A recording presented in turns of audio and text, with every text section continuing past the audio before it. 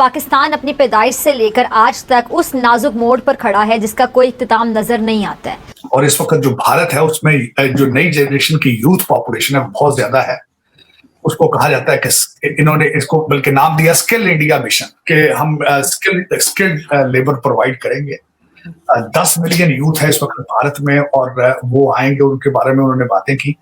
और बिलखसूस इसी हवाले से बात करना चाहूंगा कि इन्हीं के मोदी जी किसी ट्रिप के दौरान इस वक्त जो हमारे भारतीय डायस्पोरा है जो आते हैं यहाँ पे H1B वीजा पे, उनको डिफिकल्टीज है, उसकी ईजमेंट के लिए भी जो है वो कोई अनाउंसमेंट होगी, ये भी सुनी जा रही है यहाँ पे बात। और उसमें L वीजा जो है, पहले मैं बताना चाहूंगा कि H1B वीजा के ऊपर लोगों को जब अपनी टर्म ऑफ एम्प्लॉयमेंट खत्म होती है तो भारत जाना पड़ता है। वहां जाके कोविड के बाद जो कौंसल जनरल और वीजे के चक्कर है उसमें बहुत देर लग जाती है, फैमिलियां यहाँ होती हैं, बड़ी दुश्वारियां हैं।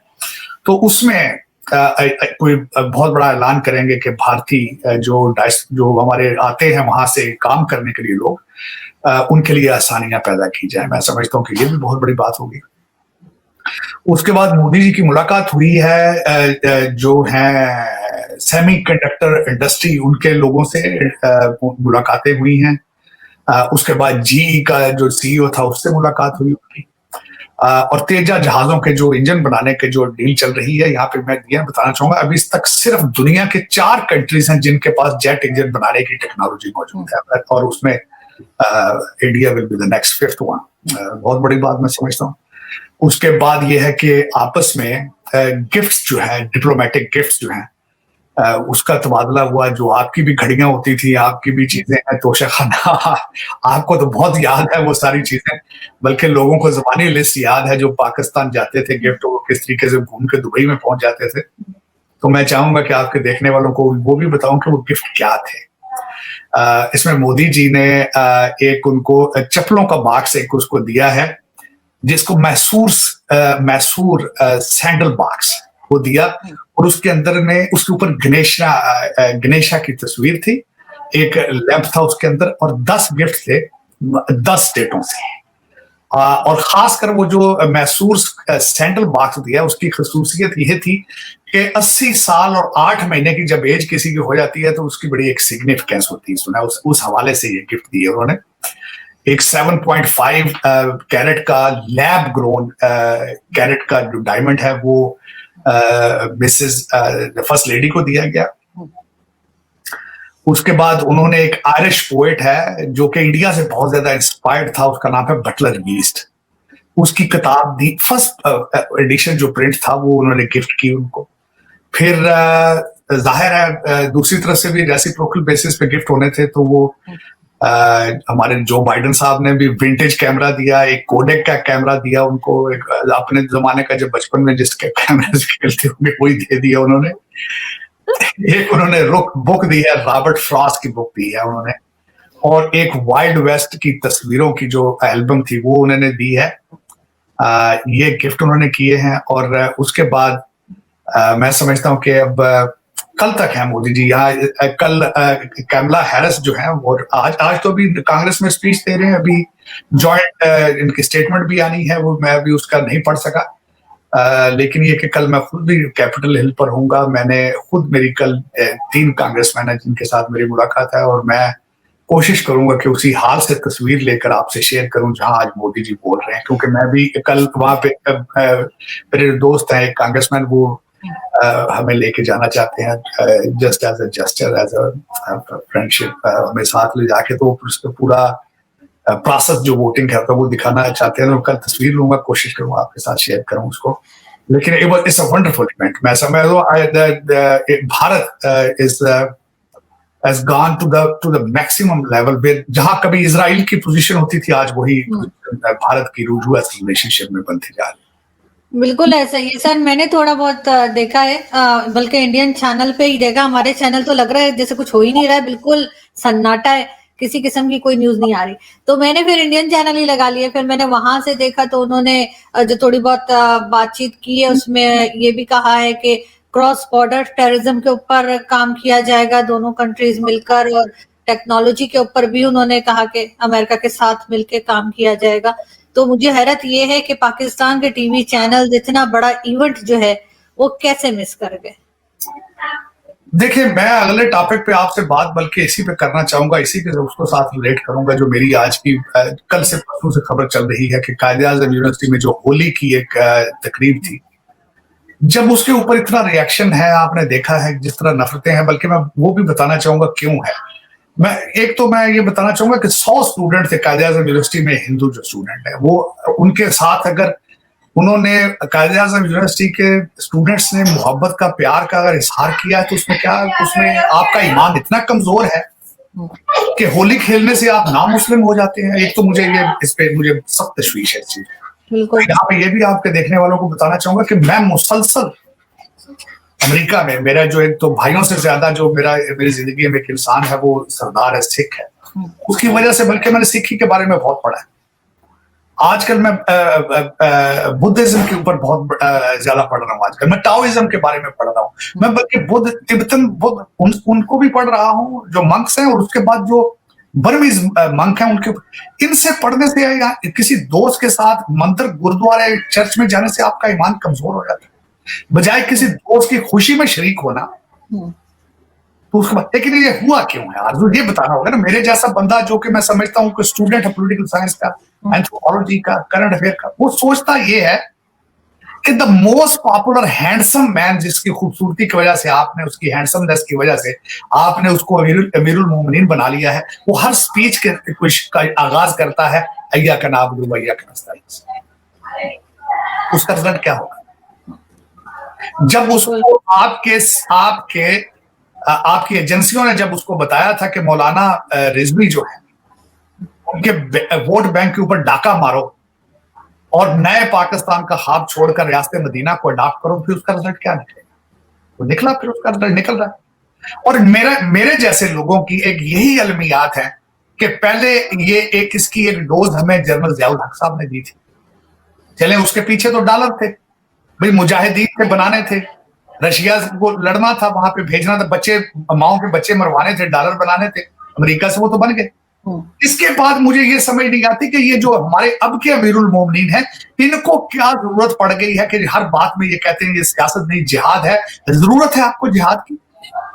चल ठीक है, जिहाद करो, गुर्बत के खिलाफ कर लो ना जिहाद, यार जहलियत के खिलाफ जिहाद करो, जो पढ़ने नहीं दे रहे हो बच्चों को। अगर कोई पढ़ा लिखा बच्चा होता, अगर आपकी कौम आज तालीम याफ्ता होती, तो ये जो कायदे, जो होली के ऊपर आपने बैन लगाया, ये करते ही।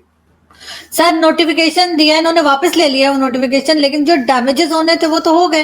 लोग उस बात का मजाक ही उड़ा रहे हैं। मुझे दुख है, अफसोस है इस बात का, क्योंकि ये माइंड सेट रीड करता है। आज अगले यहाँ पे बनाते हैं, वो कहते हैं कि हमने टैलेंट, अमेरिका के अंदर हमने टैलेंट बच्चे भेजने या पढ़ाने हैं। इस वक्त आपका 2.5 लाख भारतीय स्टूडेंट हर साल आता पढ़ता है यहाँ, और आप उसके दूसरी तरफ हैं कि आप उनको कहते हो ये सियासत नहीं जिहाद है और जिहाद करिए। कैसे लोग हो यार?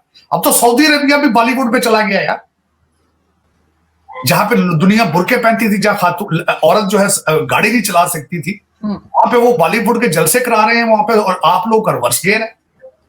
मैंने तो समझ से बाहर।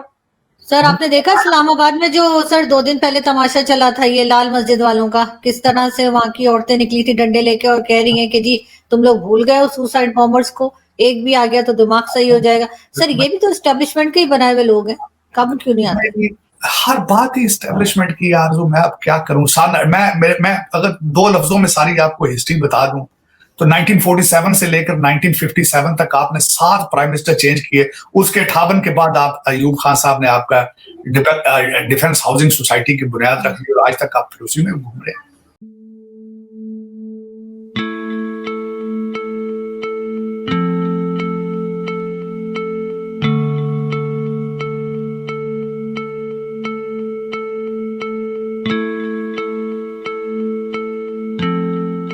भारतीय वज़ीर आज़म के दौरे अमेरिका के बारे में, और आपने कहा कि पाकिस्तान इसको किस तरह से इस वक्त ऑब्जर्व कर रहा है, उस सवाल। हाँ नहीं, पूरी दुनिया देख रही है, ये दौरा बड़ा अहम है और पूरी दुनिया इसको देख रही है। और देखें 3-4 बातें तो अभी हमारे सामने आ गई। दुनिया भर के अखबारात में नरेंद्र मोदी के दौरे के वक्त ये बातें एक दफ़ा फिर हो रही हैं और ये तस्वर किया जा रहा है कि पाकिस्तान अपने माशी, अपने सियासी, अपने इक़्तिसादी हालात के हिसाब से एक ऐसे मकाम पर आकर खड़ा हो गया है कि जैसे पाकिस्तान जो है किसी भी वक्त किसी न किसी खतरे के से दो चार हो सकता है। देखें, मैं खुद तो मोदी जी से नहीं मिला, लेकिन मेरे कई दोस्त जो हैं, बहुत जो करीबी दोस्त जो सुबह शाम जिनके साथ इकट्ठा होता हूँ, वो वहां मिलने गए थे।